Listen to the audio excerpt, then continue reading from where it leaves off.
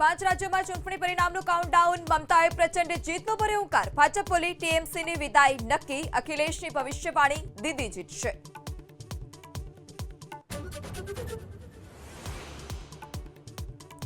મંત્રી પ્રફુલ પાનસરિયાનો દાવો, ઘણા ડમ્પર ચાલકો દારૂના નશામાં ચલાવે છે ડમ્પર. આવા ડમ્પર ચાલકો સામે પોલીસે શરૂ કરવું જોઈએ અભિયાન. જુવાનિયા એવા ડ્રાઈવર હોય, ઘણીવાર ડ્રિંક્સ કરીને પણ ચલાવતો હોય, બેફામ રીતે ટ્રક ચલાવતો.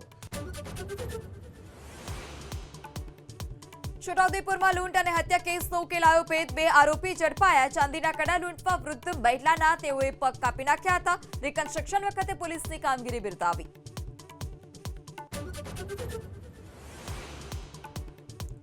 પાટણમાં ઠાકોર સમાજનું બંધારણ તોડનારા મોભુજી ઠાકોરને સમાજનું અલ્ટિમેટમ, કાલ સાંજ સુધી 1.5 લાખનો દંડ ભરો, નહીં તો નાત બહાર કરાશે.